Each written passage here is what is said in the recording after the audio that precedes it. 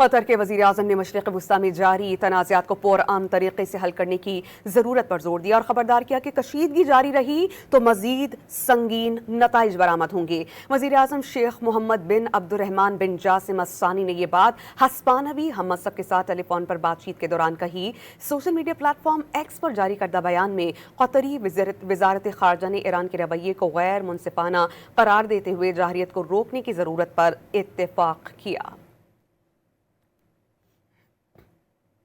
قطر کے وزیر اعظم نے مشرق وسطی میں جاری تنازعات کو پرامن طریقے سے حل کرنے کی ضرورت پر زور دیا اور خبردار کیا کہ کشیدگی جاری رہی تو مزید سنگین نتائج برآمد ہوں گے۔ وزیر اعظم شیخ محمد بن عبد الرحمن بن جاسم الثانی نے یہ بات ہسپانوی ہم منصب کے ساتھ ٹیلی فون پر بات چیت کے دوران کہی۔